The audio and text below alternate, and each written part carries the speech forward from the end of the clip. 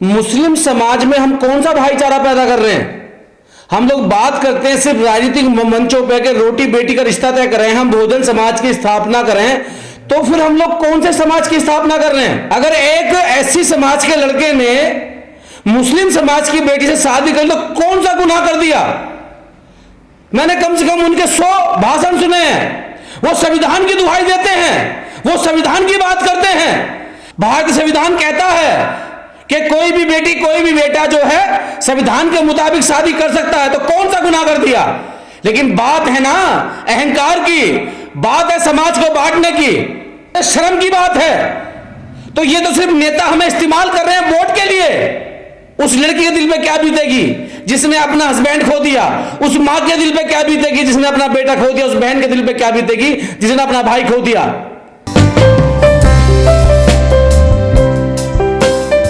देखिए, ये बड़े दुखद घटना है और उसके साथ साथ ये बड़ी शर्म की बात है कि तेलंगाना प्रदेश हैदराबाद, जहां से उस दिन ओवैसी आते हैं, IMIM के पार्टी के राष्ट्रीय अध्यक्ष आते हैं, कि मुस्लिम समाज में हम कौन सा भाईचारा पैदा कर रहे हैं?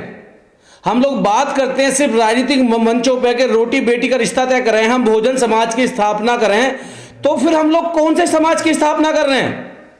हालांकि अपराधी पूरी समाज से ताल्लुकात नहीं रखता, अपराधी अपराधी होता है, लेकिन कम से कम हमारे मुस्लिम कम्युनिटी में जो पढ़े लिखे लोग हैं, जो नेता हैं, जो वोटों की बात करते हैं, खासकर उस दिन ओवैसी साहब जो हैं, वो कम से कम अपने समाज को, अपने जिले में ये तो समझाएं कि दलित भाईचारा कैसे बढ़ेगा। अगर एक एससी समाज के लड़के ने मुस्लिम समाज की बेटी से शादी कर तो कौन सा गुनाह कर दिया? मैंने कम से कम उनके 100 भाषण सुने हैं। वो संविधान की दुहाई देते हैं, वो संविधान की बात करते हैं, लेकिन क्या उन्होंने अपने जिले में कभी संविधान को घर घर बांटा? कभी संविधान की उन्होंने जो है संविधान को पढ़ाने का काम किया? जब तक हम रोटी बेटी का रिश्ता तय नहीं करेंगे, भाईचारा नहीं बढ़ सकता।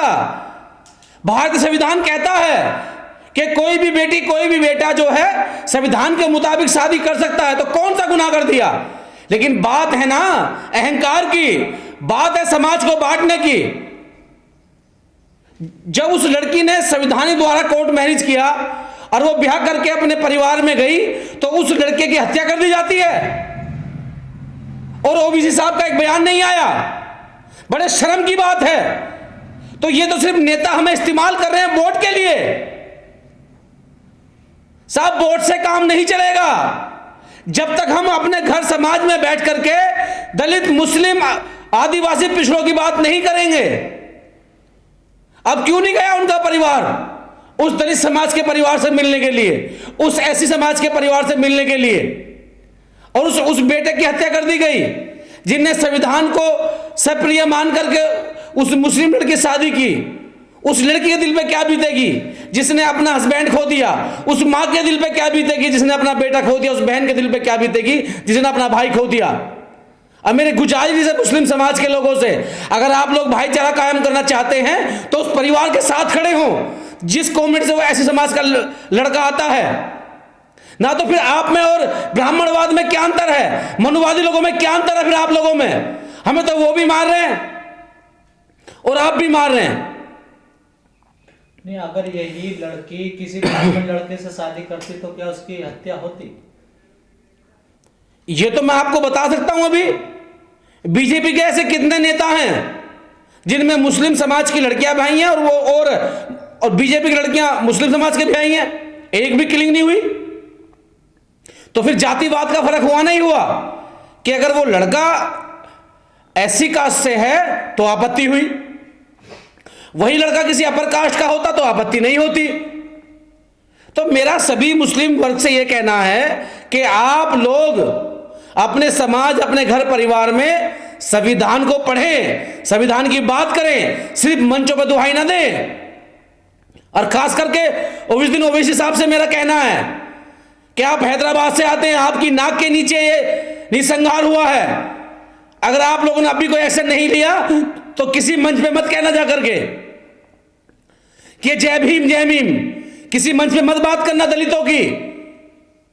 मेरा कहने का मकसद पूरे मुस्लिम समाज को नहीं है, लेकिन आप उस समाज की अगुवाई करते हैं तो ऐसे समाज के दर्द को बांटने के लिए ओवैसी को जाना चाहिए हैदराबाद, उस परिवार के आंसू पूछने चाहिए। जब तो हम मानेंगे कि आप सत्य के साथ हैं, संविधान के साथ हैं और मानवता के साथ हैं। अगर आप नहीं चाहते हैं तो आप भी जो है कम से कम जातिवाद, फिर तो आप लोग जातिवाद को बढ़ावा दे रहे हैं। क्या गलती थी? मैं ऐसे सैकड़ों नाम गिनवा सकता हूं जो हमारी मुस्लिम समाज की बेटियों ने अदर समाज के लड़कों से शादियां की हैं और एक भी हत्या नहीं हुई है, क्योंकि वो अपर कास्ट के लोग हैं। जो लड़के हैं वो ओबीसी वर्ग से लोग हैं, वो अन्य समाज से ताल्लुकात रखते हैं। लेकिन यहां पर अगर ऐसी है तो उसको मार दिया गया बीच चौराहे पे, खाना पूर्ति में एफआईआर दर्ज हो गई, कुछ लोग पकड़े गए, कुछ लोग फरार है, लेकिन मनोबल तो डाउन किया गया। तो सिर्फ मंचों से कहने से काम नहीं चलेगा। हम दिन रात कैडर करते हैं बहुजन समाज को इकट्ठा करने के लिए। हम खुले मंच पे भी कहते हैं, हम आज भी कह रहे हैं कि जब तक समाज में रोटी बेटी का रिश्ता तय नहीं होगा, हम एक दूसरे के बेटियों को जो है मान सम्मान में हम शादियां नहीं करेंगे, जब तक भाईचारा नहीं बन सकता।